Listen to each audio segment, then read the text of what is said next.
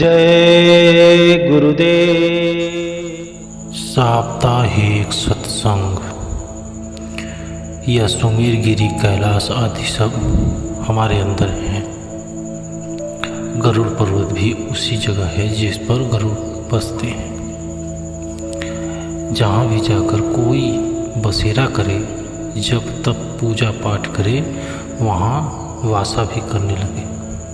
कोई गंधर्व लोक में, कोई पृथ्वीलोक में, कोई विष्णु लोक में, जहाँ का वर्णन पुस्तकों में है, तो भी उससे क्या लाभ। विष्णु लोक जिसका वर्णन किया गया है वह ऊपर है। वह लोग पहले भी थे, अब भी वहीं हैं और आगे भी वहीं रहेंगे। जब तक मृत्यु लोक न खत्म हो जाए तब तक ये रहेंगे। मगर ये भी मामूली परिश्रम से मिलते। अगर कोई गलती न हो तभी वहाँ वास मिलेगा। अशुभ कर्म करके कोई ऊपर के लोगों में नहीं जा सकता। अशुभ कर्म करने वाले ऊपर के लोगों में नहीं जा सकते। गंधर्व लोक, विष्णु लोक, पृथ्वीलोक में जाते हैं, वास करते हैं। स्वर्ग और वैकुंठ के ऊपर शक्ति लोक है, जिसको आद्य महाशक्ति, माया शक्ति भी कहते हैं। आँखों के ऊपर 14 लोक हैं, मगर यह शक्ति लोक के नीचे है। सहस्त्रदल कमल जहाँ भगवान की बैठक है, ये सब उसके नीचे है।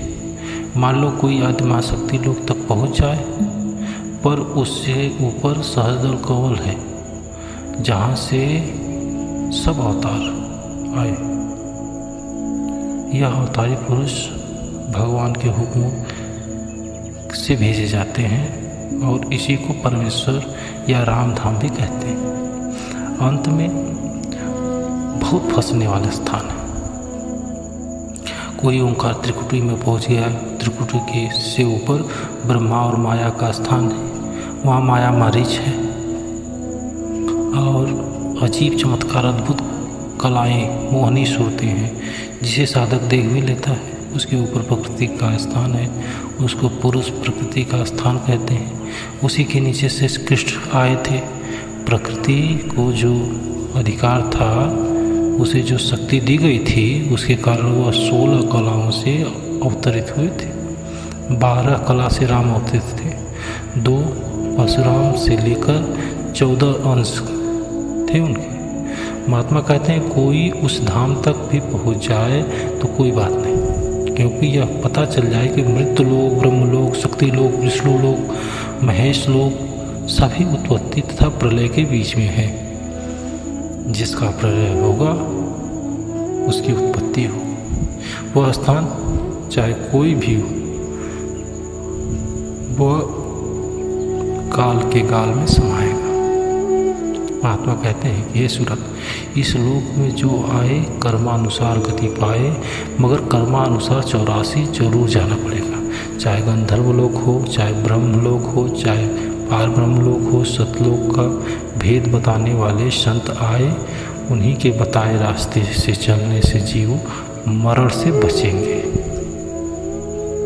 मगर जब तक उत्पत्ति और प्रलय के बीच रहोगे, मनुष्य चूल्हा ही एक ऐसा संसाधन है जिसमें गुरु की दया में हर लेकर अजन्मा स्थान को पा सकते हैं। जो लोग उस लोक तक न पहुँचे, वो हमेशा आते जाते रहेंगे। उनको 84 में जाना पड़ेगा, नीचे के लोगों में आना पड़ेगा। वो बच नहीं सकते इससे। तो मूल बात यह है कि इस जन्म जो समय व्यतीत हो रहा है उसको व्यर्थ न गवाएं। अपने सतगुरु की तलाश करें। सतगुरु मिल जाने पर रास्ता लें और उनके बताए रास्ते पर चलें। और जितने भी वर्णन आपने सुने, उन सबको देखते हुए अपने लोक को जाएं। जय गुरुदेव।